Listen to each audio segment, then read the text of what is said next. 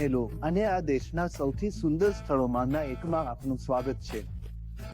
આ બૌદ્ધ ગયા જે દક્ષિણ મધ્ય બિહારમાં આવેલ છે અને અમે આ સુંદર દૃશ્યમાં મેટ્ટા બુદ્ધરામ મંદિરમાં છીએ અને અમે બિહારની આસપાસ ફરતા રહીએ છીએ અને આખો સમય રાજકારણની વાતો કરીએ છીએ। તેથી આ અરાજકીય નિષ્પક્ષ સેટિંગમાં રહેવું સુંદર છે। અમારી સાથે જોડાવા બદલ તમારો ખૂબ ખૂબ આભાર। આજે અમે બિહારની ચૂંટણીઓ અને 2024ની લોકસભા ચૂંટણીમાં અખિલ ભારતીય અંતિમ પરિણામો વચ્ચેના સંબંધને જોવાની યોજના બનાવીએ છીએ। અમે થોડા દિવસો સમગ્ર બિહારમાં પટનાથી બોધગયા સુધીની મુસાફરી કરીને સેંકડો મતદારો, સ્ત્રી પુરુષો, યુવાનો અને વૃદ્ધો સાથે વાતો કરી છે। અને આ એક રસપ્રદ ચૂંટણી છે જેમાં તમે જોશો કે બિહારનો સામાન્ય મતદાર કદાચ આ દેશના અન્ય રાજ્યો કરતાં ખૂબ જ સારી રીતે જાણકાર, વિશ્લેષણાત્મક અને વધુ છે। સૌપ્રથમ બિહારમાં રાજકીય સીમાંકન સમજવું જરૂરી છે।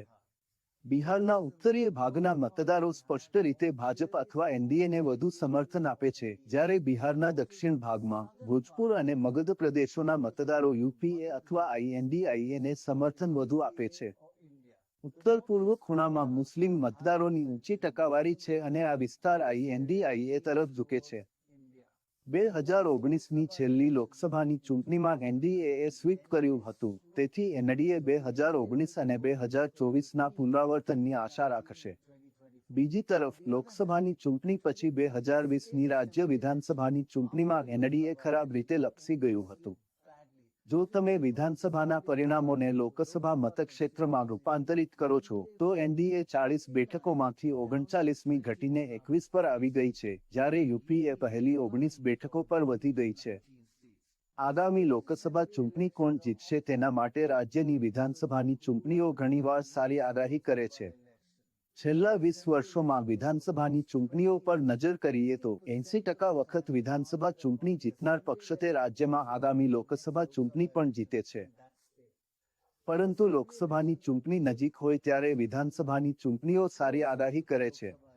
4 વર્ષ પહેલા જેવું નહીં જેમ કે બિહાર। તેથી તે ભારત ગઠબંધન માટે ચિંતાનો વિષય છે। વિધાનસભાની ચૂંટણીઓ નિર્દેશક છે કે નહીં? અમારા પ્રવાસમાં અમને જાણવા મળ્યું કે આ સંપૂર્ણ રીતે એકતરફી ચૂંટણી ન હોઈ શકે। નમસ્તે જી, નમસ્તે, નમસ્તે। અમને બરાબર ખબર નથી કે કોણ આગળ છે, પરંતુ તે બંને વચ્ચે સખત લડાઈ થવાની છે। કોણ અગ્રણી છે? લાલટેન અગ્રણી છે। હું મોદીને વિકાસને કારણે વોટ આપવાનો છું। મારો પરિવાર જેને મત આપશે તેને હું પણ મત આપીશ। હા, આરજેડીને મત આપીશું। ભાજપનું નીતિશની સાથે ગઠબંધન કરવું ખોટું હતું। ભાજપે ગઠબંધન ન કરવું જોઈએ। હું બીજેપીનો સમર્થક હતો, પણ આજે હું તેમને વોટ કરતા ડરું છું। આ ચૂંટણીમાં તેજસ્વી અગ્રણી હશે। વડાપ્રધાન અમુક વસ્તુઓ આપે છે। રેશન કાર્ડ ધરાવતા ગરીબોને રાશન મળવું જોઈએ। હું બંનેથી નારાજ છું। બંને જૂઠું બોલે છે। નીતિશજી પલટુ ચાચા છે। ક્યારેક તે આ બાજુ હોય છે તો ક્યારેક બીજી તરફ, અને બીજું વચનો ઘણા આપે છે, પણ આખરે અમને કશું મળતું નથી। નીતિશ કુમારનો વિચાર ખરેખર સરસ છે, પરંતુ તેઓ અહીં અને ત્યાં પલટતા રહે છે।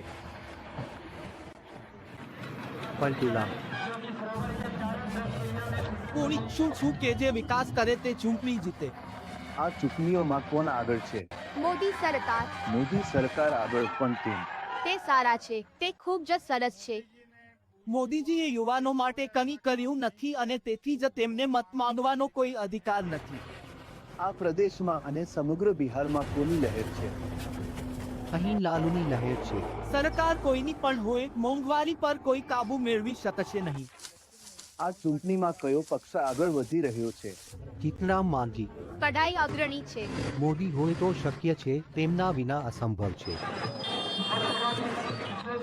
એનડીએ ગઠબંધન આગળ છે। ઇન્ડિયા ગઠબંધન પાસે મત નથી। જ્યારે કોઈ વિકાસ અને બંધારણની વાત કરે છે તો તેઓ રામ મંદિર, ધર્મની વાત કરે છે। અહીં આરજેડી ગઠબંધન આગળ છે। તમને શું લાગે છે, કોણ આગળ છે? લાલટેન આગળ છે। મોદીએ દેશમાં ઘણા બદલાવ લાવ્યા છે, જેના કારણે તેઓ આગળ છે। મત મારો છે। હા, ચોક્કસપણે। અહીંથી રાહુલ ગાંધી આગળ છે। શું તમે મતદાન કરશો? અવશ્ય હું મત આપીશ। હું કેમ મતદાન નહીં કરીશ? અમને આ તક 5 વર્ષ પછી મળે છે। તેથી કોઈ પણ અથવા અન્ય હું મતદાન કરીશ. તો દોરાબ અમે ઘણા લોકોને મળ્યા અને દરેક જણ બીજેપી કે મોદી કહેતો ન હતો. ત્યાં થોડી વિવિધતા હતી. હા, તમે ઉલ્લેખ કર્યો છે તેમ અમે એવા ક્ષેત્રમાં છીએ કે જ્યાં એનડીએનો સંપૂર્ણ દબદબો નથી. આ એક એવો વિસ્તાર છે જ્યાં યુપીએ અથવા આઈએનડીઆઈએ પાસે થોડી તાકાત છે. પરિણામે અમે એવા લોકોને મળ્યા કે જેઓ અલગ અલગ મંતવ્યો ધરાવે છે અને બિહારીઓ રાજકારણમાં ખૂબ સારા છે. તેથી ત્યાં ભારે ચર્ચા જાગી હતી. તમે ઘણી ભારે ગરમ ચર્ચાઓ કરી હતી. તમે તેમને એક યા બીજી રીતે મત આપવા માટે સમજાવવાનો પ્રયાસ કરી રહ્યા હતા. હા, અમે જે પ્રયત્નો કરીએ છીએ અને મને જે લાગે છે તેને અનુસરવા હંમેશા લોકોને સમજાવીએ છીએ, પરંતુ દોરાબના મુદ્દા પર કોઈ ધ્યાન નથી. જે 4 બેઠકો પ્રથમ તબક્કામાં ચાલી રહી છે, તેમાંથી 3 બેઠકો વિધાનસભાની ચૂંટણીમાં યુપીએ અથવા એનડીઆઈએ. જો તમે વિધાનસભાની તમામ બાબતો ઉમેરી દો તો માત્ર એક સીટ જ ભાજપમાં ગઈ હતી. તેથી આ ઇન્ડિયા માટે ખૂબ જ મજબૂત વિસ્તાર છે. ફરી એકવાર એનડીએ માટે સૌથી મોટી સંપત્તિ નરેન્દ્ર મોદીની લોકપ્રિયતા છે. ચૂંટણીમાં મોદીની અસર નોંધપાત્ર છે. વિધાનસભાની ચૂંટણીમાં જ્યાં મોદી પરિબળ બિલકુલ મહત્વનું નથી, તે જ રાજ્યોમાં ભાજપ સરેરાશ 30% મતોથી જીતે છે. લોકસભાની ચૂંટણીમાં જ્યાં મોદી મુખ્ય પ્રચારક છે, ત્યાં બીજેપીના વોટ લગભગ 40% સુધી જાય છે. તે મોદીની અસર 12% વત્તા વધારે હોવા તરફ નિર્દેશ કરે છે, જે ચૂંટણીના પરિણામો નક્કી કરવામાં વિશાળ છે. આ એક મહત્વપૂર્ણ પરિબળ છે જેણે તે 12%ના વધારામાં પણ ફાળો આપ્યો હતો અને 2019ની લોકસભાની ચૂંટણીમાં ભાજપની ભૂસ્ખલન થઈ હતી. તો બીજું મોટું પરિબળ પુલવામા હુમલો હતું, જેણે 2019માં ચૂંટણીની આખી વાર્તા બદલી નાખી અને વિપક્ષને સંપૂર્ણ રીતે બહાર કાઢ્યો. પરંતુ પુલવામા કેટલું મહત્વનું હતું? જો આપણે બેઠકો અને મતોથી દૂર જઈએ અને ભાજપની જીતની ટકાવારીની સંભાવનાને ટ્રેક કરીએ તો તે આશ્ચર્યજનક છે. પુલવામા પહેલા બીજેપીની જીતવાની ટકાવારી ઉચ્ચ 70% હતી. ફરીથી ચૂંટાઈ જવાની તક 70%. પરંતુ પુલવામા પછી તે 70%થી વધીને લગભગ 90% થઈ ગયો, જે તેમની જીતવાની તકમાં અદ્ભુત 19%નો સુધારો હતો. યાદ રાખો, આ મતની ટકાવારી નથી પણ જીતવાની ટકાવારી છે. અમારા વિશ્લેષણના આધારે કોઈ અંદાજ લગાવી શકે છે કે શુદ્ધ મોદીની અસર બીજેપીની જીતવાની સંભાવનાને લગભગ 20% અને પુલવામાની અસરને વધુ 28% વધારવા માટે હતી, જે બીજેપી માટે જીતવાની સંભાવનાને અભૂતપૂર્વ 90% સુધી લઈ જાય છે. તો દોરાબ, જ્યારે હવે પુલવામા નથી, તો આ વખતે અયોધ્યા છે. શું તમને એવું લાગે છે કે અયોધ્યામાં પુલવામા જેવી જ ચૂંટણી અસર થશે? તમે જાણો છો કે અયોધ્યા અને પુલવામામાં 2 મુખ્ય તફાવત છે. પુલવામા ચૂંટણી પહેલા થયું હતું. તે 9/11 જેવું છે. તેથી ફાયદો ત્વરિત હતો. રાષ્ટ્રીય કટોકટીના સમયમાં તે દિવસની સરકાર હંમેશા લોકો મદદ માટે આવે છે. રામ મંદિર લાંબા સમયથી બની રહ્યું છે. તે જાન્યુઆરીમાં ખુલ્યું હતું. તેથી અસર ત્યાં હોઈ શકે છે, પરંતુ જે તમે જાણો છો, એક જ ગોળી ચલાવવાની જેમ અદ્ભુત શક્તિશાળી અસર નહીં. બાજ, જ્યારે તમે લોકો સાથે વાત કરી ત્યારે તમને અયોધ્યા સૌથી મોટું પ્રેરક બળ મળ્યું કે નહીં? મને લાગે છે કે લોકોએ અયોધ્યાનો ઉલ્લેખ કર્યો છે, પરંતુ હું દોરાબ સાથે સંમત છું. તે અર્થમાં તે પ્રેરક બળ નથી, પરંતુ જો તમે વડાપ્રધાનનું ભાષણ જુઓ અને જે રીતે લોકો પ્રચાર કરી રહ્યા છે, તેઓ ધર્મ અને રામ મંદિરનો ઉપયોગ કરે છે અને તમે જાણો છો કે તે રામનવમી હતી અને આ બધું. બિહારની રાજનીતિમાં હાલમાં મોટો ફેરફાર જોવા મળી રહ્યો છે. જૂના મૂળ નેતાઓથી દૂર નવા યુવા નેતાઓ જેવા કે તેજસ્વી યાદવ, ચિરાગ પાસવાન અને સમ્રાટ ચૌધરી, ભાજપના નાયબ મુખ્યમંત્રી. અમે દરેક સાથે વાત કરી તેમાંથી એક બીજા કરતાં વધુ પ્રભાવશાળી હતો. પરંતુ પ્રથમ, શા માટે જૂના નેતા હવે એકલા સુસંગત નથી? સૌપ્રથમ દુઃખની વાત એ છે કે લોકપ્રિય નેતા રામવિલાસ પાસવાનનું અવસાન થયું છે. નીતિશ કુમાર, જેમને અમે સ્થાનિક જેડીયુ કાર્યાલયમાં મળ્યા અને જોયા, તે એકદમ નબળા દેખાતા હતા.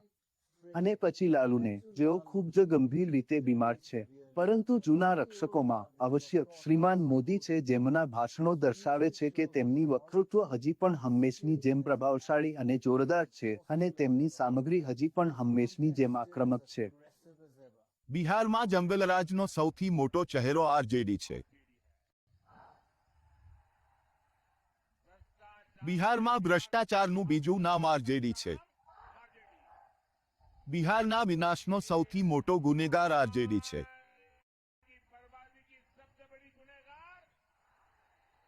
જેઓ ચારા કૌભાંડના નામે વોટ માંગે છે, આરજેડી.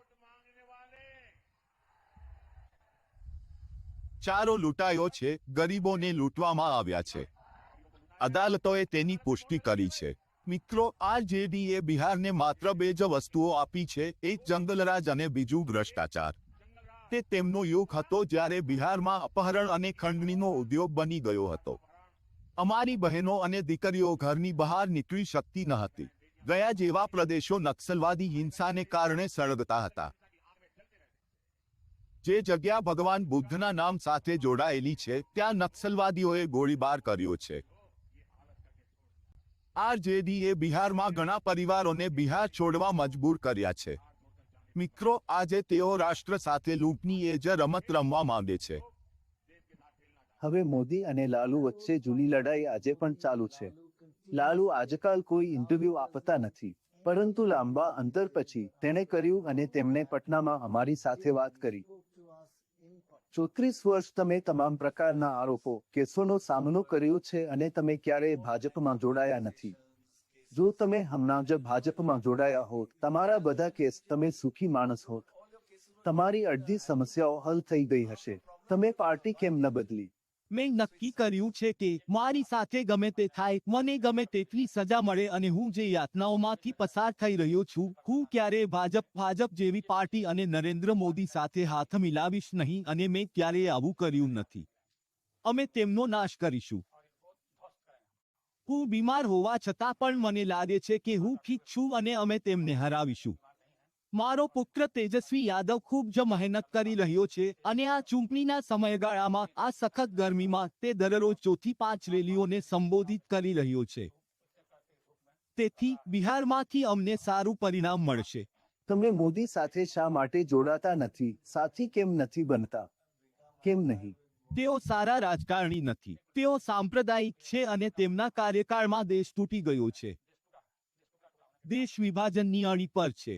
એટલા માટે મેં ઘણા નેતાઓ સાથે, ઘણા મોટા રાષ્ટ્રીય નેતાઓ સાથે જોડાણ કર્યું છે. મેં વડાપ્રધાન પણ બનાવ્યા છે. મેં 2 વડાપ્રધાન બનાવ્યા છે, પરંતુ તેમના જેવો માણસ મેં ક્યારેય જોયો નથી. મોદીજીને શું સલાહ આપશો? જો તે સલાહ માંગે કે લાલુજી મને સલાહ આપે, તો તમે શું સલાહ આપશો? હું તેમને સલાહ આપીશ કે કૃપા કરીને ખસો, આ પૂરતું છે. તેથી આટલા વર્ષો પછી લાલુને જોઈને ખૂબ આનંદ થયો કે અમે તેમને ઓળખ્યા છીએ. યુવાનીના દિવસો જ્યારે તે તારી સાથે તેના ઘરે ગાયનું દૂધ પીતો હતો. ના, પરંતુ મને લાગે છે કે તે નાજુક હતો. વાસ્તવિક અમે ધાર્યા કરતાં વધુ સારી છે. તે ખરેખર હતો. તે સુસંગત હતો. તે સામાન્ય થઈ ગયો છે. તમને શું લાગ્યું કે મોદી અને લાલુ વચ્ચેની આ આક્રમકતા આજ સુધી ચાલુ છે? ઠીક છે, તે લાંબા સમયથી પાછળ જાય છે. તે નિવેદનમાં પુનરાવર્તન કરે છે કે તે તેને બહાર કરવા માંગે છે. પરંતુ તેમણે એમ પણ કહ્યું કે તેઓ ચૂંટણી પ્રચાર શરૂ કરવા જઈ રહ્યા છે, જે તેમની પાસે છે. પ્રશ્ન એ છે કે શું તે સમાન અસર કરશે અને ખરેખર પ્રચાર કરશે, જેટલું તે ઈચ્છે છે. તમે મોદી વિરુદ્ધ લાલુ વચ્ચેની દુશ્મનાવટ જોઈ શકો છો. એ હકીકતમાં છે કે મોદી તેમના ભાષણમાં જેટલી વાર જંગલરાજ અને ભ્રષ્ટાચારનું પુનરાવર્તન કરે છે, અને તે એ સમયનો સંદર્ભ છે જ્યારે લાલુ અને રાબડી રાજ્ય ચલાવતા હતા. આજે યુવા મતદાતા એનડીએને પ્રચંડ વિજય તરફ આગળ વધારવા માટે નિર્ણાયક છે. દેશભરમાં 2019ની ચૂંટણીમાં તે વૃદ્ધ મતદારો હતા જેમણે એનડીએને સૌથી મોટો સ્વિંગ આપ્યો હતો. જે યુવા મતદારો ભાજપ તરફ ઝૂક્યો તેના કરતાં લગભગ બમણો હતો. યુવા મતદારોનો ઝુકાવ લગભગ 5% હતો, જ્યારે વૃદ્ધ મતદારોનો ભાજપ તરફનો ઝુકાવ 9% ઊંચો હતો. અમે ઘણા યુવા મતદારો સાથે વાત કરી. તેમની સૌથી મોટી ચિંતા બેરોજગારી અને નોકરીઓ છે, જ્યાં તેજસ્વીએ પોતાના માટે એક બ્રાન્ડ સ્થાપિત કરી હોય તેવું લાગે છે. ગયા મહિને અમે નરેન્દ્ર મોદીના ચહેરાના આધારે ભાજપને મત આપ્યો હતો, પરંતુ હવે વિશ્વાસ તૂટી ગયો છે. આ વખતે અમે રાહુલ ગાંધીને મત આપવાના છીએ. આ વખતે અમે પરિવર્તન માટે મત આપવાના છીએ કારણ કે સરકારે યુવાનો માટે બહુ કમી કર્યું નથી. મોદી સરકાર માત્ર. તેથી પરિવર્તનની લહેર અહીં છે.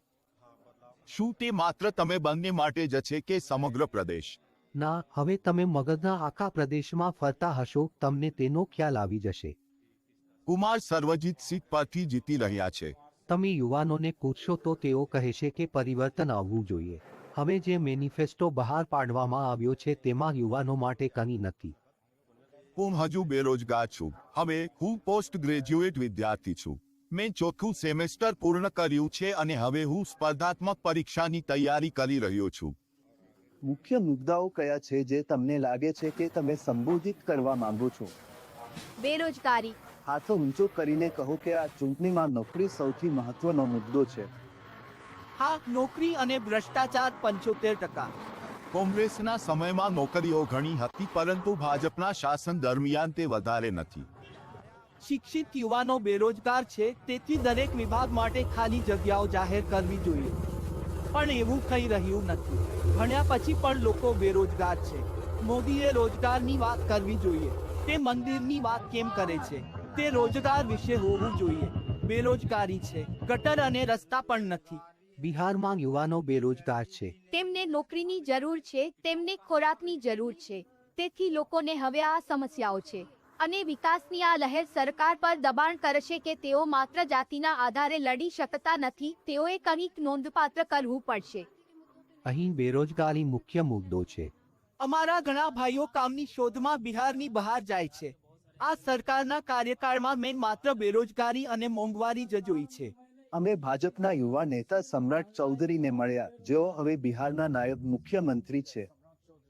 મને લાગે છે કે બિહાર સતત પ્રગતિ કરી રહ્યું છે અને જે રીતે અન્ય રાજ્યો પ્રગતિ કરી રહ્યા છે તે જ ગતિએ બિહાર પ્રગતિ કરી શક્યું નથી.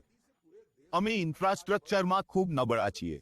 તેથી પ્રથમ અમે ઇન્ફ્રાસ્ટ્રક્ચર પર કામ કર્યું. બિહાર એવું રાજ્ય છે જ્યાં બજેટના 95% માટે અમે સરકાર, કેન્દ્ર સરકાર અથવા રાજ્ય પર નિર્ભર છીએ કારણ કે અમારી પાસે અમારી પોતાની આવક નથી. જ્યારે બિહારનું વિભાજન થઈ રહ્યું હતું ત્યારે મુખ્ય મહેસૂલ પ્રણાલી ઝારખંડની સાથે ગઈ હતી કારણ કે તેમની પાસે સરપ્લસ બજેટ હતું અને તે પહેલા કોઈ આયોજન કરવામાં આવ્યું ન હતું. લાલુના શાસન દરમિયાન વાસ્તવમાં શું ઊંડી અસર થઈ તે એ છે કે તેમણે પ્લાનિંગ કર્યું ન હતું. તે બધું ગાવા અને નૃત્ય અને તેમના શાસન વિશે હતું. તેઓ કહેતા હતા કે તેઓ ગરીબો માટે કામ કરે છે પરંતુ વાસ્તવમાં તેઓ માત્ર એક જ વસ્તુ માટે કામ કરી રહ્યા છે. તેણે તેનાથી વધુ કંઈ કર્યું નથી. તેઓ પોતાની થિયરી અને ખ્યાલોના આધારે રાજનીતિ કરતા હતા. નેપાળનું પાણી બિહાર માટે અભિશાપ છે, તેથી ઉત્તર બિહારમાં બાંધકામ પર ધ્યાન કેન્દ્રિત કરવામાં આવ્યું છે. હવે જ્યારે અમે ડબલ એન્જિન સરકારની રચના કરી છે ત્યારે અમે ઉત્તર બિહારમાં 9 ખાંડના કારખાનાઓને ફરીથી શરૂ કરવામાં સક્ષમ છીએ જે બંધ થઈ ગઈ હતી અને તે ઇથેનોલ પ્લાન્ટ પર આધારિત છે. અમે ખેતીની જમીનમાંથી બગાડનો ઉપયોગ કરવામાં સક્ષમ છીએ. પરંતુ હું માનું છું કે બિહાર બદલાઈ ગયું છે અને ભવિષ્યમાં તે વધુ બદલાશે. બિહારનો વિકાસ થશે. હું તમને એક વાતની ગેરંટી આપું છું કે હું આગામી 20 વર્ષ સક્રિય રાજકારણમાં રહીશ અને આ 20 વર્ષોમાં બિહાર ભારતના ટોચના રાજ્યોમાં સામેલ થઈ જશે. એકંદરે આ યુવાનો બનાવે છે તે એક વિશાળ પરિવર્તન છે. હા તે છે અને મને લાગે છે કે તમે તેને અન્ય રીતે પણ જોશો કે તમે જાણો છો લાલજી પ્રતાપ રૂડી, રવિશંકર પ્રસાદ જેવા લોકોને ટિકિટ આપવામાં આવી છે પરંતુ તેઓ હવે રમતમાંથી બહાર છે. જેઓ સંસદમાં 20 વર્ષથી રાજનીતિમાં છે. શ્રીમાન મોદી તેમને ધીમે ધીમે ગોચરમાં મૂકી રહ્યા છે. તેથી તમે ત્રણેય પક્ષોને 40 કે 50ના દાયકામાં છોકરાઓને રજૂ કરતા જોઈ રહ્યા છો. તેથી તે એક યુવાનની લડાઈ છે જેવી કે તે જૂના જમાનામાં રામવિલાસ પાસવાન, નીતિશ કુમાર અને લાલુ સાથે હતી. અને આ યુવાનો મતદાતા સાથે જોડાયેલા છે કારણ કે બિહારમાં મતદારોની મોટી ટકાવારી યુવા છે.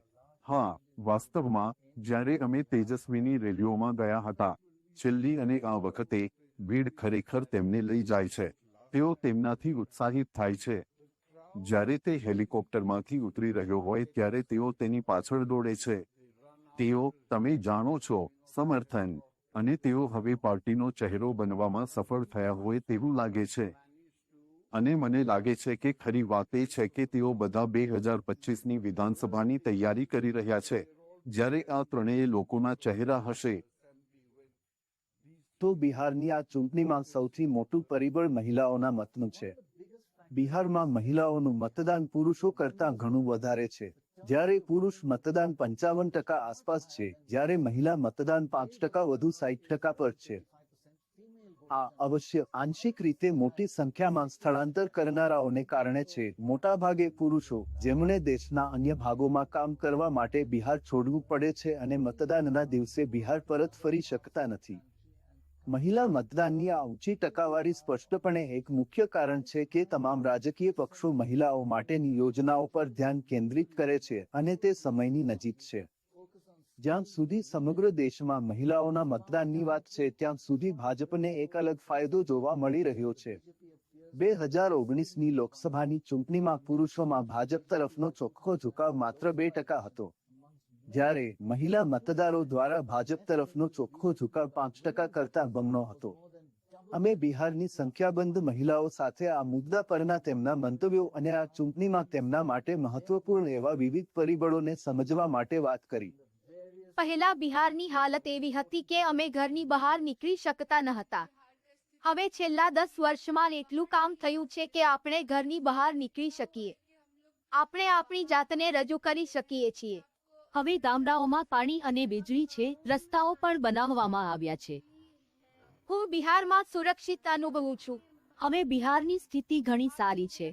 હવે મહિલાઓ રાત્રિના સમયે પણ બહાર જઈ શકે છે અને અમે ગુંડાઓથી ડરતા નથી. પહેલાના સમયની તુલનામાં મને હવે લાઇટિંગ અને રસ્તાઓના બાંધકામને કારણે સારું લાગે છે. મેં જોયું છે કે વિકાસ થયો છે. છોકરીઓ બહાર ભણવા જાય છે. શાળાઓને પુનર્જીવિત કરવામાં આવી રહી છે. મને લાગે છે કે વધુ મહિલાઓએ પોતાનું નેતૃત્વ અને પ્રતિનિધિત્વ કરવું જોઈએ. મને લાગે છે કે પાછલા 3 થી 4 વર્ષોમાં તેનો ઘણો વિકાસ થયો છે. બધું સારું છે. શાળા અને સારું શિક્ષણ હોવું જોઈએ. મહિલાઓને વધુ પ્રતિનિધિત્વ મળ્યું છે અને આશા છે કે ભવિષ્યમાં પણ આવું જ થશે. આપણને સારા ડોક્ટરોની જરૂર છે અને સારા ડોક્ટરો માટે આપણને સારી શિક્ષણ વ્યવસ્થાની જરૂર છે. હું કહેવા માંગુ છું કે અહીં વધુ તકો વિકસાવવી જોઈએ. અન્ય રાજ્યોના લોકો પોતાના સ્ટાર્ટઅપ બનાવે છે, પરંતુ બિહારના લોકો આમ કરવામાં હચકાય છે. તેઓ સરકારી નોકરી પસંદ કરે છે. શું તમે તમારા માતા પિતા જેવો મત આપવાના છો કે તમે સ્વતંત્ર રીતે મત આપો છો? સ્વતંત્ર રીતે. આ ચૂંટણીમાં કયો પક્ષ આગળ છે? હું નથી જાણતો. પણ તમે વોટ કરશો? હા, હું મત આપીશ. તમે તમારી પોતાની સમજ મુજબ મત આપશો કે તમારા પતિ શું કહે છે? ના, હું મારા પોતાના વિચારોના આધારે મત આપું છું. જો તમે મને પૂછશો કે હું કોને મત આપીશ તો હું તમને તે પણ કહીશ. અમને જણાવો. જે પણ મોદીના સમર્થનમાં છે, હું તેમને જ વોટ આપીશ. તમે મોદીને વોટ કરશો? ચોક્કસપણે. શા માટે? પણ મોદી શા માટે? રાષ્ટ્રીય હિતની બાબતમાં મોદી સર્વશ્રેષ્ઠ છે. તો દોરાબ, જ્યારે અમે આસપાસ ગયા ત્યારે તમે ઘણી મહિલા મતદારોના ઇન્ટરવ્યૂ લીધા અને તેઓ ખૂબ જ આક્રમક છે. તેઓ કહે છે કે અમે સ્વતંત્ર રીતે મતદાન કરીએ છીએ. અમારા પતિ શું કહે છે તેની અમને પરવા નથી. પરંતુ શું તમે જોયું કે તેઓ ભાજપ તરફ પુરુષો કરતાં થોડા વધુ ઝુકાવ ધરાવતા હતા કે કહેવું મુશ્કેલ હતું? તે એક સમયે બાનિયા પાર્ટી હતી, પછી ઓબીસી પાર્ટી હતી, નોન જાટ ઓબીસી પાર્ટી હતી. તેઓએ તેમને જીતાડ્યા. ત્યારે તેમને સમજાયું કે આ અહીં એક મોટી બેંક છે અને બધાએ વિચાર્યું મહિલા મતદાર બેંક. અને તમે જાણો છો કે આ કહે છે કે પ્રથમ લોકોએ મહિલાઓને વસ્તુઓ સીધી આપવાનું શરૂ કર્યું, પછી ભલે તે સ્ટોવ હોય, પછી તે પૈસા સીધા તેમના ખાતામાં હોય. તેથી તેઓને તે સમજાયું છે અને તેના વિશે કંઈક કર્યું છે, અને તેથી મને લાગે છે કે તેઓ તેનો ફાયદો ઉઠાવી રહ્યા છે. મને લાગે છે કે આપણે બધા એ હકીકત વિશે વાત કરીએ છીએ કે તેમને ગેસ, પાણી મળ્યું છે. મારો મતલબ, અહીં આસપાસના ગામડાઓમાં પણ તેઓને પાઇપનો પાણી ગામમાં આવતો હતો. જે તમે જાણો છો, તેનો અર્થ એ છે કે ગામની સ્ત્રીએ માથે પાણી લઈને ઘરે જવું પડતું નથી અને તે વિશે વાત કરવાની જરૂર નથી. હકીકત એ છે કે તેઓને રાશન મળે છે. તે રાશન વસ્તુ એક મોટું પરિબળ છે. પરંતુ વાસ્તવમાં એક રીતે નીતિશે છોકરી વિદ્યાર્થીનીઓને ફ્રી સાયકલ આપીને મહિલાઓને સીધી રીતે જોવાનું શરૂ કર્યું અને તેની ભારે અસર થઈ. પરંતુ અહીં મહત્વની વાત એ છે કે જ્યારે તેમને રાશન મળે છે ત્યારે તેઓ કહે છે કે મોદીએ આપ્યું હતું. જ્યારે ભ્રષ્ટાચાર થાય છે ત્યારે તેઓ કહે છે કે તેમાં મોદીનો દોષ નથી, સ્થાનિક દોષ છે. અમારું રેશન કાર્ડ બન્યું નથી, મને ખબર નથી કે તે શું છે. કંઈક ત્યાં છે અને કંઈક ત્યાં નથી. કેટલાક ગામોમાં અડધા લોકો માટે પેપરવર્ક પૂર્ણ કરવામાં આવે છે અને અન્ય લોકો માટે તે નથી. શા માટે? તેનો અડધો ભાગ લોકો માટે સાફ થઈ ગયો છે. અહીં ભ્રષ્ટાચાર ઘણો છે, કૌભાંડો ઘણો. અમારા માટે પેપરવર્ક પૂર્ણ થયું નથી, તેથી અમને મળી રહ્યા નથી. ઘર માટે શું જરૂરી છે? એક તો કોલોની પાસ છે અને અમારે બોર્ડ વ્યક્તિને પૈસા આપવા પડશે તો જ તે ક્લિયર થશે, નહીં તો તેઓ તેને રોકશે. તે ભ્રષ્ટાચાર છે. તેમને ફાઇલો ખસેડવા માટે પૈસા જોઈએ છે. તેથી આમાં મોદીજીનો દોષ નથી, સમસ્યા આ સ્તરે ઊભી થાય છે. અહીં સરકાર આ બાબતે કડક નથી. તે ખોરાક આપનાર છે જે આપે છે. તમે જાણો છો, જો વચ્ચેના લોકો લઈ જાય છે તો તે ભાગ્યે જ કંઈ કરી શકે છે. દિલ્હીમાં બેસીને તે કરી શકે છે. બિહારમાં આ યોજનાથી 36 લાખ મકાનો બનાવવામાં આવ્યા છે. તમે જાણો છો, મને લાગે છે કે તમે જાણો છો, અહીંના ગામડાઓમાં જ્યારે મેં તેમને પૂછ્યું કે શું લોન આવી રહી છે, તો બધાએ હા પાડી અને પૈસા આવી રહ્યા છે. પરંતુ તેઓએ એમ પણ કહ્યું કે તેમને ચોક્કસ રકમ પાછી આપવાની છે. તેથી ભાજપ માટે એક મોટી ચિંતા કોંગ્રેસ પાર્ટી નથી. કોંગ્રેસ મૂળભૂત રીતે દૂર થઈ રહી છે અને છેલ્લા કેટલાક સમયથી છે. ભાજપ માટે સૌથી મોટી ચિંતા દેશભરમાં પ્રાદેશિક પક્ષોનો ઉદય છે અને બિહારમાં પણ આવું જ વલણ જોવા મળી રહ્યું છે. ભારતમાં સંઘવાદ તરફનું મુખ્ય વલણ લોકસભા અને વિધાનસભા સ્તરે બંને સ્તરે જોવા મળી રહ્યું છે. પ્રાદેશિક પક્ષોમાં વૃદ્ધિ અને રાજ્ય વિધાનસભા સ્તરે રાષ્ટ્રીય પક્ષોના ઘટાડાને જરા જુઓ. તે અદ્ભુત છે. રાષ્ટ્રીય વિરુદ્ધ પ્રાદેશિક પક્ષોના નસીબમાં સ્પષ્ટ તીવ્ર ફેરફાર છે. રાષ્ટ્રીય પક્ષોમાં તીવ્ર ઘટાડો થયો છે, જ્યારે પ્રાદેશિક પક્ષો નાટકીય રીતે વધ્યા છે. અને આ વાત લોકસભા સ્તરે પણ સાચી છે, પરંતુ 1952ની પ્રથમ ચૂંટણી પછીના વળાંક સાથે ભાજપના ઉદય પર એક નજર નાખો. તે વધુને વધુ મહત્વનો રાષ્ટ્રીય પક્ષ બન્યો. તે જ સમયે કોંગ્રેસનો ભયંકર પતન. તે અન્ય રાષ્ટ્રીય પક્ષ છે અને તે નીચે ગયો.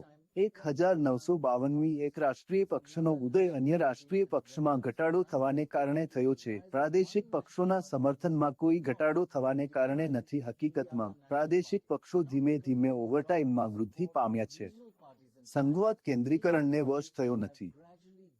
બિહારમાં પણ આ જ વલણ સ્પષ્ટ છે. અહીં પ્રબળ પક્ષો પ્રાદેશિક પક્ષો છે. નીતિશ કુમારની જેડીયુ અને લાલુ અને તેજસ્વી યાદવની આરજેડી. આ ઉપરાંત અન્ય ઉભરતા યુવા પ્રાદેશિક નેતા ચિરાગ પાસવાન છે, જેમને દરરોજ સમર્થન મળી રહ્યું છે. અમે બિહારમાં આવનારી પેઢીના ચિરાગ પાસવાન સાથે વાત કરી. અમે તમારા પપ્પાને મળવા આવતા અને તેમનો ઇન્ટરવ્યુ લેતા અને તેમને અઘરા ઇન્ટરવ્યુ આપતા અને તમે હંમેશા ત્યાં હતા અને શું તેમણે કેટલાક નગેટ્સ કર્યા કે તેઓ કહેતા કે હવે તમે યાદ કરો છો તે ખૂબ જ અર્થપૂર્ણ છે. ઓ હા, તમે જાણો છો, મારો મતલબ જો કોઈ તેને પૂછે કે તમે જાણો છો કે તમે તેને કેવી રીતે આકાર આપો છો, તો તમે જાણો છો, અને તે રાજકીય ટીપ્સ શું છે જે તમે તેને ભવિષ્ય માટે અને તે બધી સામગ્રી માટે આપો છો.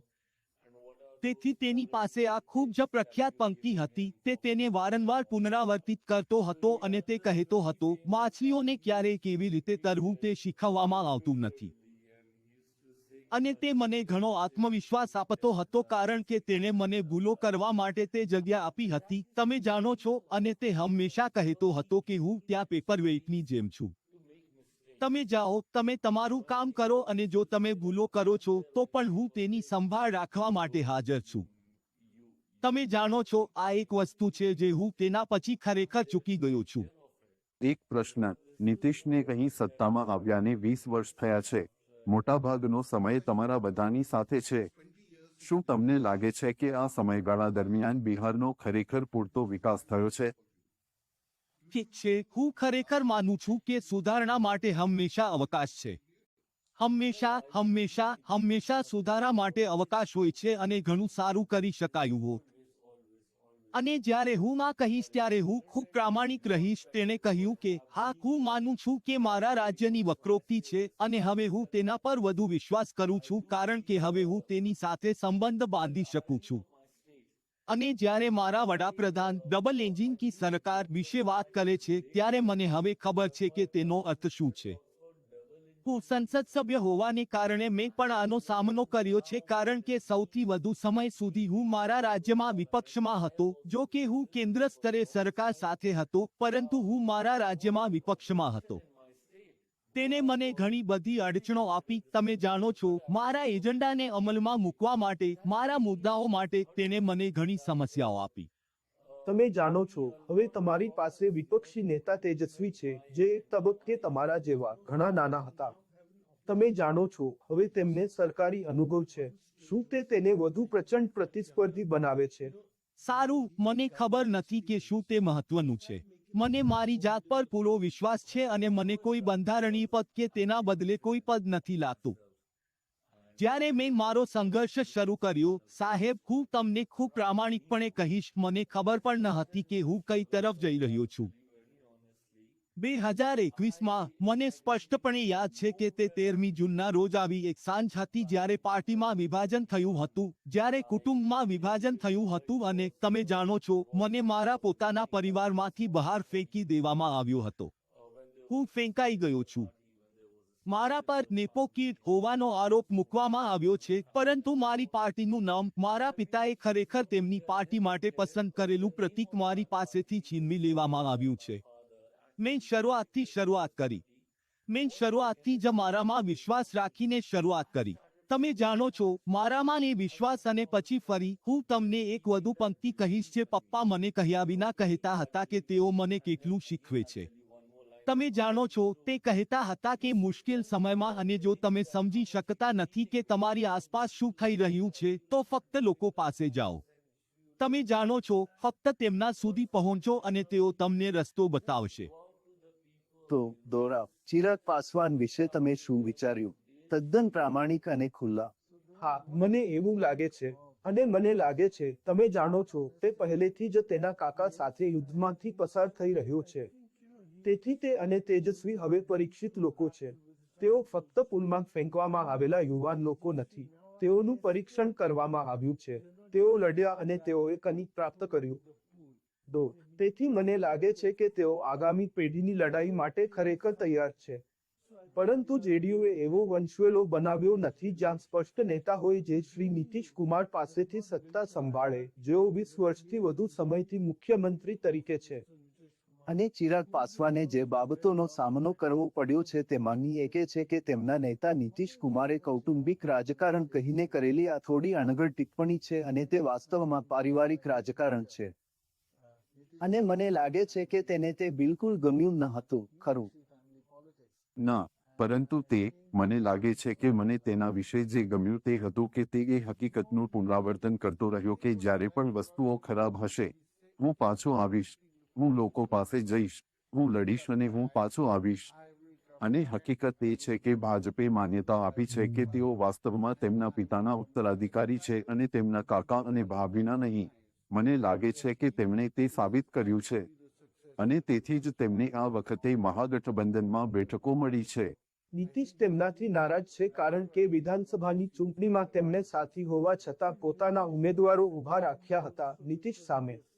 અને તેના કારણે નીતિશને ઘણી બેઠકોનો ખર્ચ થયો. હવે આ ચૂંટણી અહીં લણણીની મોસમ સાથે લગભગ એકરૂપ છે. તે ખૂબ જ ગરમ છે અને મોટાભાગની લણણી હજુ પણ હાથ દ્વારા કરવામાં આવે છે. અહીં ક્યાંની કમ્બાઈન હાર્વેસ્ટર નથી અને મોટે ભાગે મહિલાઓ જ ગરમીમાં ખેતરોમાં જઈને કાપણી કરે છે. જ્યારે પુરુષો તેમના ઘરની છાયામાં આરામ કરે છે ત્યારે તે ખરેખર સખત મહેનત છે. જો કે, વાજબી રીતે કહીએ તો, અમે થોડા માણસો જોયા જેમણે લણણી પણ કરવાનું શરૂ કર્યું છે. બસ જરાક જ જ્યારે મતદાનની વાત આવે છે ત્યારે સીમાંત શહેરી ગ્રામીણ વિભાજન છે. 2020ની રાજ્ય વિધાનસભા ચૂંટણીમાં શહેરી મતદારોમાં ભાજપ વધુ મજબૂત છે. શહેરી વિસ્તારોમાં એનડીએ 43% વોટ જીત્યા અને ગ્રામીણ વિસ્તારોમાં તેમને નોંધપાત્ર 7% ઓછા વોટ મળ્યા. ગ્રામીણ વિસ્તારોમાં માત્ર 36% વોટ જીત્યા. યુપીએ પણ શહેરી વિસ્તારોમાં વધુ સારું પ્રદર્શન કર્યું, પરંતુ ઘણું ઓછું અંતર. તફાવત માત્ર 3% હતો. હવે ગ્રામીણ વિસ્તારોની ઉપેક્ષા એટલી સ્પષ્ટ છે કે જ્યારે કોઈ લણણી કરતી મહિલાઓની વાત કરે છે ત્યારે તેમનું જીવન અત્યંત ગરીબી અને મુશ્કેલીઓમાં ડૂબી જાય છે. તમે અહીં સવારે કેટલા વાગે આવો છો? હું સવારે 8:10 સુધી કામ કરું છું. ઠીક છે, સવારે 8:10. અને સાંજ વિશે શું? સાંજે હું બપોરે 3-6 વાગ્યા સુધી કામ કરું છું. માત્ર મહિલાઓ જ કામ કરે છે? ના, પુરુષો પણ કામ કરે છે. પરંતુ હું પુરુષોને અહીં કામ કરતા જોઈ શકતો નથી.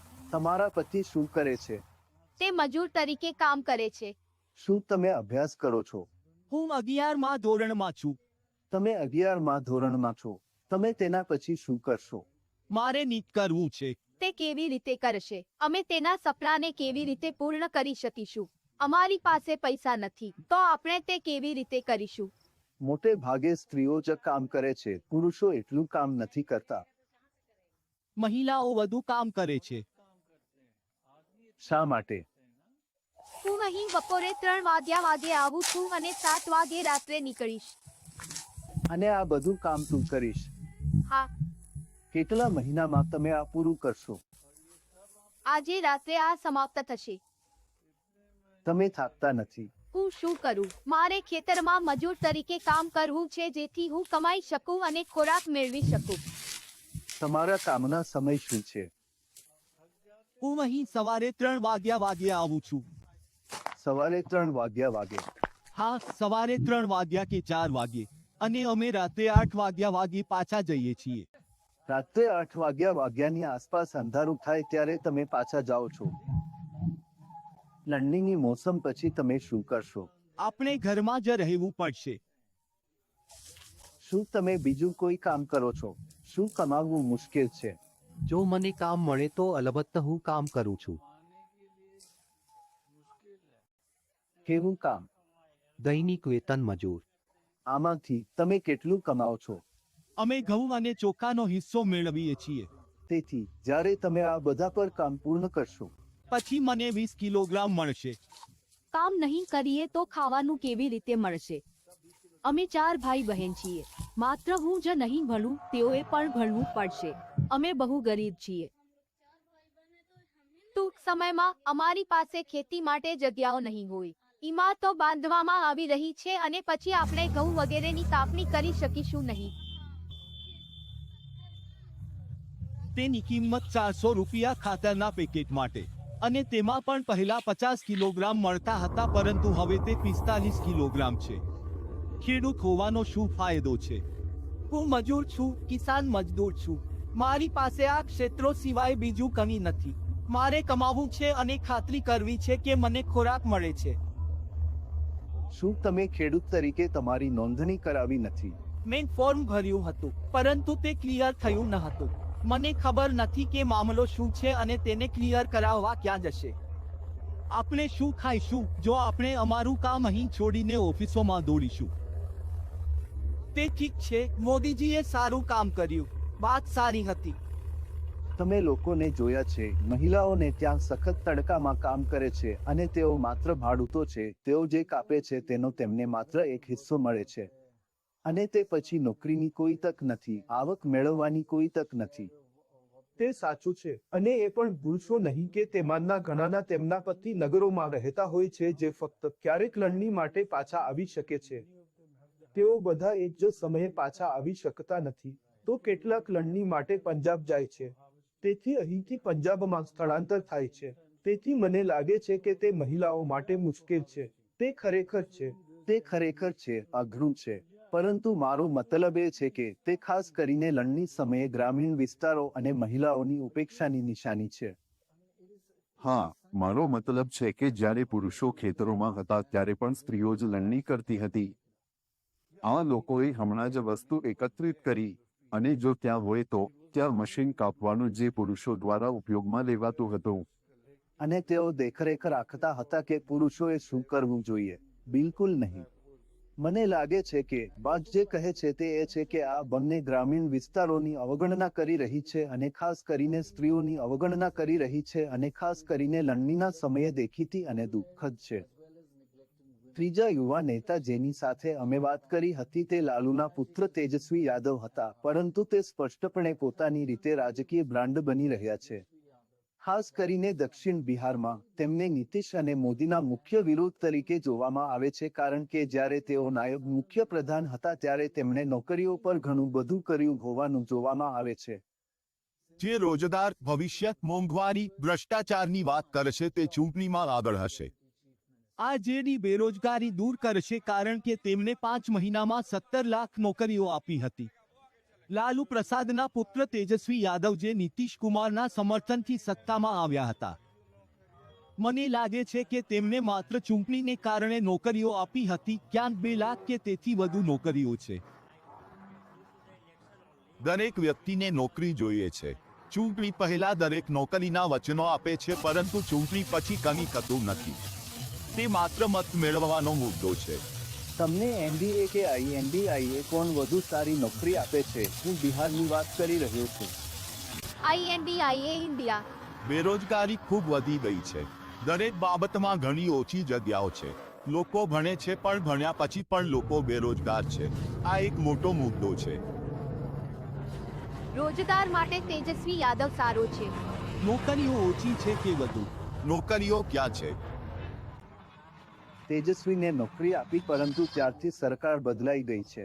તે ફ્લિપિંગ છે. જ્યારે તેજસ્વી યાદવ ડેપ્યુટી સીએમ હતા ત્યારે તેમણે સારા કામ કર્યા હતા અને યુવાનોને રોજગારી આપી હતી. અને આ વખતે યુવાનો રોજગારના કારણે તેમના માટે કરશે. હું જાઉં છું અને લોકોને પૂછું છું કે શું ગરીબી હટી ગઈ છે? મોંઘવારી વધી કે ઘટી? શું તમને રોજગાર મળ્યો છે? સ્થળાંતર અટક્યું કે નહીં? મોદીજીએ ખેડૂતોને 22 સુધીમાં આવક બમણી કરવાનું વચન આપ્યું હતું. દરેક માટે પાકું ઘર બનાવો. તેથી હવે લોકોને તે સમજાઈ રહ્યું છે. તેથી આપણે તેમને અહેસાસ કરાવવો પડશે કે આ વાસ્તવિક મુદ્દાઓ છે. અમે નેતા છીએ અને લોકોને સમજાવવાની અમારી ફરજ છે. પરંતુ ભાજપ ખૂબ જ હોશિયારીથી રમી રહ્યું છે. તેઓ વાસ્તવિક મુદ્દાઓ પર વાત કરશે નહીં. તેઓ મુદ્દાઓને વાળવા માંગે છે. હું માનું છું કે જેડીયુનું કોઈ ભવિષ્ય નથી. પક્ષ કાં તો જેડીયુના લોકો બીજેપી અથવા આરજેડીમાં જોડાશે. તેમનું કોઈ ભવિષ્ય નથી. અને હું માનું છું કે અમે અમારું પ્રદર્શન આપ્યું હતું. અમે ચૂંટણીમાં વચન આપ્યું હતું કે જો હું મુખ્યમંત્રી બનીશ તો 10 લાખ લોકોને રોજગાર આપીશ. અને તે સમયે નીતિશજી કહેતા હતા કે પૈસા ક્યાંથી લાવશો? શું તમને તમારા પિતા પાસેથી પૈસા મળશે? તે અશક્ય છે. પરંતુ જ્યારે હું નાયબ મુખ્યમંત્રી બન્યો ત્યારે આવી જ હાલત હતી કે લોકો મને પૂછશે, મીડિયા મને પૂછશે. હવે હું સરકારમાં છું, હું શું કહીશ? તો તમે જોયું હશે કે 15મી ઓગસ્ટના સ્વતંત્રતા દિવસે તેમણે જાહેરાત કરી હતી કે અમે 10 લાખ સરકારી નોકરીઓ અને 10 લાખ રોજગાર આપીશું. કોનો વિચાર હતો? પ્રજાને વચન કોણે આપ્યું? અને 17 મહિનામાં અમે 5 લાખ લોકોને સરકારી નોકરી આપી. નરેન્દ્ર મોદીજીએ પણ એટલું કામ નહોતું આપ્યું. અન્ય કોઈ રાજ્ય સરકાર નથી. તેથી અમે ઘણી વસ્તુઓ શીખ્યા છીએ અને આ વખતે પણ આજે અમે એક ગણવેરો પણ બહાર પાડ્યો છે અને અમે વચન આપ્યું છે કે અમે 1 કરોડ યુવાનોને રોજગારી આપીશું. પરંતુ નાયબ મુખ્યમંત્રી તરીકે પણ તેમણે ખરેખર રોજગાર માટે કંઈક કર્યું. તમે જુઓ, અન્ય પક્ષો કહે છે કે સરકારની નીતિ યોગ્ય છે અને તેને પોતાની બનાવી છે. તે ખરેખર સરકારની નીતિ છે, પણ તેને વિચાર આવ્યો. પરંતુ સરકારની નીતિઓ વર્ષોથી છે, તેનો અમલ કરવો એ મુખ્ય બાબત છે. હા, તેણે અમલ કર્યો, તેનો શ્રેય લીધો. હકીકતમાં ભાજપના નેતાએ કહ્યું કે તમે જાણો છો, તે અમારી બધી નીતિઓ છે, પરંતુ તે માણસ છે જેણે તે મેળવ્યું અને તેણે તેને તેની સાથે જોડ્યું. તેથી લોકોએ કહ્યું કે તે માણસ છે જેણે અમને નોકરીઓ આપી. હું તમને પૂછવા માંગતો હતો કે તે માત્ર એક સામૂહિક નેતા નથી. તેમની પાસે કેટલીક વહીવટી કુશળતા પણ છે. અને શું તમને જાણવા મળ્યું કે મતદારોએ તેના વિશે ઘણી વાતો કરી હતી? મને લાગે છે કે તેઓએ એ હકીકત વિશે વાત કરી કે તેણે નોકરીઓ આપી. પરંતુ મને લાગે છે કે તેમણે જે બીજી વસ્તુ કરી છે તે એ છે કે માત્ર મુસ્લિમ સિવાય અન્ય જ્ઞાતિઓને ટિકિટ આપીને પક્ષનો આધાર વધારવાનો પ્રયાસ કર્યો છે. યાદવ તેમનામાં છે, જ્યાં લાલુ ધ્યાન કેન્દ્રિત કરતા હતા. બિહારની ચૂંટણીઓ વિશે સાંભળવામાં આવતી એક એવી ક્લિચ કે જે કોઈ પણ મુદ્દાને ભૂલી જાય છે તે બધા અને માત્ર જાતિ વિશે છે. ઘણા લોકો એવી છાપ હેઠળ છે કે 100% એક રીતે અથવા 100% બીજી રીતે મતદાન કરે છે. કુલ એકરૂપતા. છેલ્લી લોકસભા ચૂંટણીમાં વિવિધ જાતિઓએ કેવી રીતે મતદાન કર્યું તે અંગેના કેટલાક જ્ઞાનાત્મક ડેટા અહીં છે. જે જાતિઓ ભાજપ અને એનડીએને મત આપવાનું વલણ ધરાવે છે તે ઉચ્ચ જાતિના બ્રાહ્મણો, રાજપૂતો અને ભૂમિહાર છે. તેઓએ ભાજપને 70% મત આપ્યા. ભાજપને ઓબીસીનું સમર્થન 69% હતું. લગભગ સમાન અને અત્યંત પછાત જાતિએ ભાજપને 59%થી થોડો ઓછો મત આપ્યો.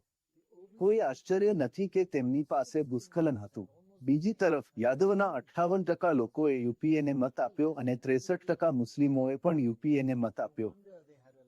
તેથી તમે જેની વાત કરી રહ્યા હતા તે છે કે તેઓ ખૂબ જ ધ્રુવીકરણ પામ્યા હતા અને હવે તે તેને ફેલાવવાનો પ્રયાસ કરી રહ્યો છે અને સૂચક ઉમેદવારની પસંદગી છે. હવે દોરાબ, અમને 4 કે 5 મોટી હસ્તીઓ, હેવીવેઇટ આપો જેને ફોલો કરો અને જુઓ કે શું થાય છે. સારું, બિહારમાં ઘણા વરિષ્ઠ દિગ્ગજ નેતાઓ છે.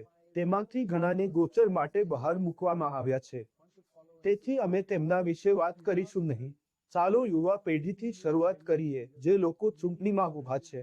તેમના પિતાની બેઠક હાજીપુરથી ચિરાગ પાસવાન, જે તેમણે 1977માં વિશ્વની સૌથી મોટી બહુમતીથી જીતી હતી.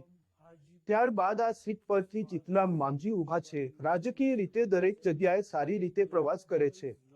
8 કે 10 મહિના સુધી મુખ્યમંત્રી રહ્યા, જ્યારે નીતિશને લાગ્યું કે લોકસભામાં તેમનું પ્રદર્શન ઘણું ખરાબ છે અને તેઓ જવાબદાર છે. તેથી તેમને 8મી 10 મહિના માટે મુખ્યમંત્રી બનાવ્યા.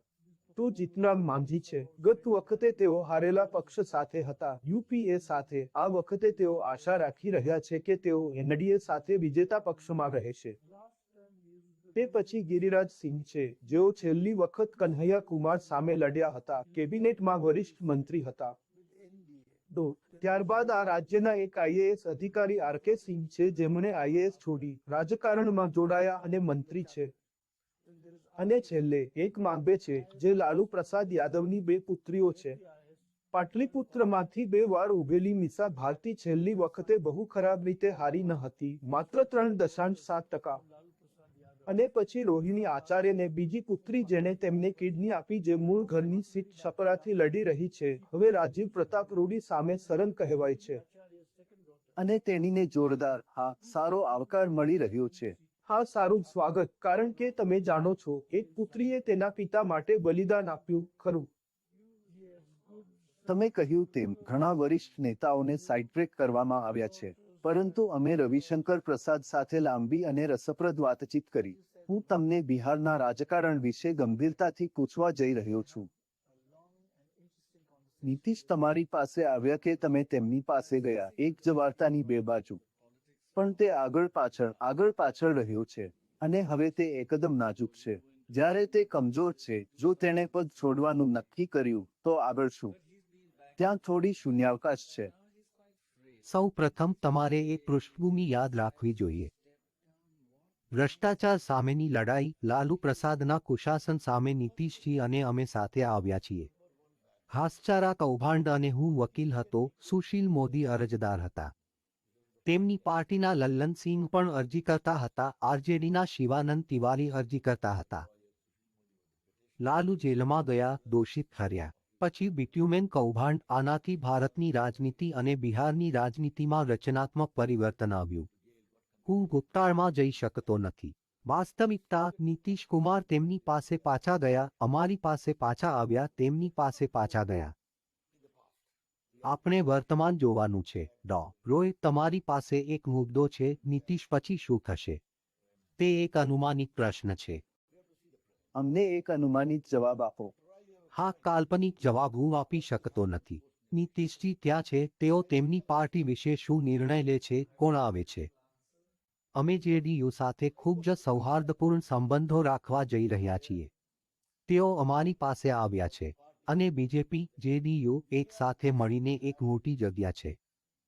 શું તેમણે મુખ્યમંત્રી તરીકે લાંબા સમય સુધી કામ કર્યું છે? કારણ કે ઘણા લોકો કહે છે કે કોર્પોરેટ લાઈફમાં પણ 10-20 વર્ષ પછી તમારી હવા નીકળી જાય છે, જેમ કે તમે સામાન્ય માણસ છો. જ્યાં સુધી આગાહીનો સંબંધ છે ત્યાં સુધી તમારી હવા સમાપ્ત થઈ ગઈ છે. 30 વર્ષ પહેલા તેની હવા નીકળી ગઈ હતી. તેથી તમે તફાવત કહી શકતા નથી. મારો મુદ્દો એ છે કે તમે જાણો છો તે રાજકારણમાં છે. એર્ડોગન, તુર્કીને જુઓ. તમે જાણો છો ત્યાં છે. તે એક માનવ વસ્તુ છે કે તેને 1 વર્ષ સુધી વહન કરવું એ એક મોટી જવાબદારી છે. તમે જાણો છો તે વ્યક્તિ પર તાણ લે છે તેટલું સરળ. અને તે લગભગ 20 વર્ષથી ત્યાં છે. તમે જુઓ, ચાલો આપણે સ્પષ્ટ થઈએ. એક વાત ખૂબ જ સ્પષ્ટ છે. નીતિશ કુમાર ઓછામાં ઓછા 2005, 2010, 2011, 2012, 2009 સુધીના તેમના કાર્યકાળમાં તેઓ જંગી બહુમતીથી જીત્યા. આ બધું તેમણે કાયદો અને વ્યવસ્થાના સંદર્ભમાં, અન્ય વિકાસના સંદર્ભમાં કરેલા સારા કામને કારણે છે. આરજેડી અને અમારી વચ્ચે આવવા જવાનું થયું છે. હું તેનો ઇનકાર કરી શકતો નથી. પરંતુ નવી શરૂઆત કરવામાં આવી છે. નીતિશ કુમાર પછી શું થશે તેમની પાર્ટી વિશે હું આજે તેના વિશે અનુમાન લગાવી શકતો નથી. તે તેમને અને તેમના પક્ષ દ્વારા લેવાનો કોલ છે. તો આખરે બોટમ લાઈન શું છે? બિહારમાં આ વખતે કોણ જીતી રહ્યું છે? ઓપિનિયન પોલની આગાહી શું છે? ઓપિનિયન પોલના એકંદર સરેરાશ પોલ બિહારમાં એનડીએ માટે 40માંથી 33 બેઠકો જીતીને સ્પષ્ટ જીતની આગાહી કરે છે. તે મતદાનની પોલ છે. 1980મી અખિલ ભારતીય ચૂંટણીનો ચોકસાઈનો રેકોર્ડ એ છે કે તેઓ વિજેતાને 73% સમયનો અધિકાર મેળવે છે. અલબત્ત હજુ થોડો સમય બાકી છે અને મતદાન કરનારાઓ મોડા સ્વિંગની સંભાવનાને બોલાવવાનું પસંદ કરે છે. કોઈ પણ રીતે દોરા. હા, તમે સાચા છો, કારણ કે શ્રી મોદી છેલ્લા કેટલાક સમયથી કહી રહ્યા છે કે તેઓ એકલા તેમના પક્ષ માટે 370 બેઠકો અને ગઠબંધન માટે 400મી વધુ બેઠકો મેળવવાની અપેક્ષા રાખે છે. તે એકદમ કનિક છે. બિહાર તેમના માટે ચાવીરૂપ છે. મારો મતલબ તે તમારા પછી જ છે. તેઓએ અહીં સૌથી વધુ બેઠકો જીતી છે. 40માંથી 39. હા, અને જો તેમનો 370નો ટાર્ગેટ પૂરો થઈ જશે તો તેઓ કંઈ પણ ગુમાવી શકે તેમ નથી. અધિકાર. ઠીક છે, તે કાઉન્ટડાઉન બિહાર માટે છે. અમે સમગ્ર ભારતમાં અન્ય રાજ્યોના કાઉન્ટડાઉન સાથે પાછા આવીશું. અમારી સાથે ફરી જોડાઓ. આજે અમારી સાથે હોવા બદલ આભાર. અમે તમને બિહારના બાળકો વિશેની સત્યતા દર્શાવતી એક વાર્તાલાપ સાથે મૂકીએ છીએ. આ રહી પૂજા. તે ગરમ ખેતરોમાં પાકલણતી હતી અને તેના પરિવારની ગરીબી, તેના મુશ્કેલ જીવન અને તે દરરોજ સામનો કરતી મુશ્કેલીઓ હોવા છતાં પૂજા સકારાત્મક, બુદ્ધિશાળી અને શા માટે બિહારના લોકો આ દેશમાં શ્રેષ્ઠ છે તેનું એક અદ્ભુત ઉદાહરણ છે.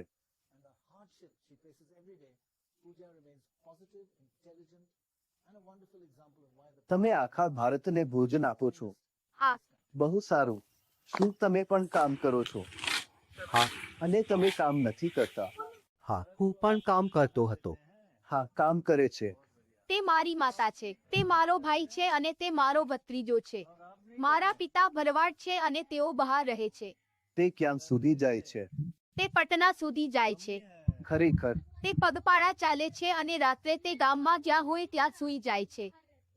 જ્યાં પણ રાત પડે ત્યાં સૂઈ જાય છે. વર્ષ દરમિયાન? હા. તે કેટલી વાર પાછા આવે છે? તે અહીં 6 મહિના અને 6 મહિના સુધી રહે છે અને ગેટાની સંભાળ રાખે છે. પછી તે અહીં પાછા આવે છે અને રાત્રે ઘરે જ રહે છે અને દિવસ દરમિયાન ફરીથી ગેટા ચરાવે છે. શું તમે શાળાએ ગયા હતા? હા, મેં આ વર્ષે 10માની પરીક્ષા આપી છે. મેં જોયું. તેથી જ તમે આટલા સ્માર્ટ છો. બહુ સારું. મારે આ વર્ષે 11મા ધોરણમાં પ્રવેશ મેળવવો છે. અને તે પછી તમે શું કરશો? હું ભણીશ. જો કે તે પછી અમારે અમારો અભ્યાસ છોડવો પડશે કારણ કે અમારી પાસે અભ્યાસ માટે પૈસા નથી. તે ખૂબ જ મુશ્કેલ છે કારણ કે અમે 4 ભાઈ બહેન છીએ. 4 ભાઈઓ અને બહેનો. કેટલા ભાઈઓ અને કેટલી બહેનો? 2 ભાઈ અને 2 બહેન. આ 2 મારા ભાઈઓ છે અને એક બહેન ઘરે છે. તેની નાની છે. શું તે તમને તકલીફ આપે છે? ના, તે તકલીફ નથી આપતી. બાળકોને ભણવું છે. એ પછી તમે શું કરશો? તમે 12મું ધોરણ પૂરું કર્યા પછી શું કરશો? મને BEdમાં પ્રવેશ મળશે. હું બીજું શું કરીશ? B.Ed માં શું તમે શિક્ષક બનવા માંગો છો અથવા તમે શું બનશો? મારે શિક્ષક બનવું છે, પણ હું એટલો અભ્યાસ કરી શકીશ નહીં. અમે બહુ લાચાર છીએ. અમે 4 ભાઈ બહેન છીએ. માત્ર મારે જ ભણવાનું નથી. તેઓ પણ અભ્યાસ કરશે. અમે બહુ ગરીબ છીએ. તેમાં ઘણા પૈસા ખર્ચ થાય છે. અમારે ઘરની દરેક વસ્તુ માટે ચૂકવણી કરવી પડશે. ઘર મેં भी खर्चा पानी चलता है ऐसा. તમે ક્યાં રહો છો? હા, આ બિલ્ડિંગમાં. ત્યાં એક ગામ છે, રામપુર ગામમાં. મેં જોયું. તો જ્યારે કોઈ પાક વાવવામાં આવતો નથી ત્યારે તમે વચ્ચે શું કરશો? જો કોઈ પાક ન હોય તો અમે ઘરે રહીએ છીએ. તો પછી તમે કમાઈ શકતા નથી. ના, અમે ચોખા અને ઘઉંની લણણી માત્ર 2 વાર કરીએ છીએ. હા, અમે લીલા ચણાની લણણી કરવાનો પ્રયાસ કરીએ છીએ, પરંતુ તે યોગ્ય રીતે થતું નથી. તેની માત્રા ઘણી ઓછી છે. શા માટે? ઇચ્છુક માંગણીઓને કારણે અમારા પૈસા બ્લોક થઈ જાય છે. અમારે ઘણી શોધ કરવી પડે છે. તેમાં ઘણા પૈસા ખર્ચ થાય છે. પાણી માટે પણ પૈસા ચૂકવવા પડે છે. દરેક વસ્તુ માટે પૈસાની જરૂર હોય છે. હા, પૈસા, વધુ પૈસા છે. તો આપણે કેટલું કરીશું? તમારી ઉંમર 18 વર્ષથી ઓછી છે. તમે આ વખતે મત આપી શકતા નથી. ના, હું 15 વર્ષનો છું. 15 વર્ષનો અને તમે? 8 વર્ષ. 8 વર્ષની ઉંમર અને તમે? 13 વર્ષનો. 10 વર્ષનો. અરે વાહ, તમારા ગામમાં કોણ આગળ છે? માતા, તમે જાણો છો કોણ આગળ છે? રાજકારણીઓ જાણતા હશે. હું નથી જાણતો. જનતાએ પણ જાણવું જોઈએ કે કોણ જીતશે. જો તક મળશે તો લાલુ યાદવ જીતશે. હા, અત્યારે તેની લહેર છે. તમારો દિવસ ક્યારે શરૂ થાય છે?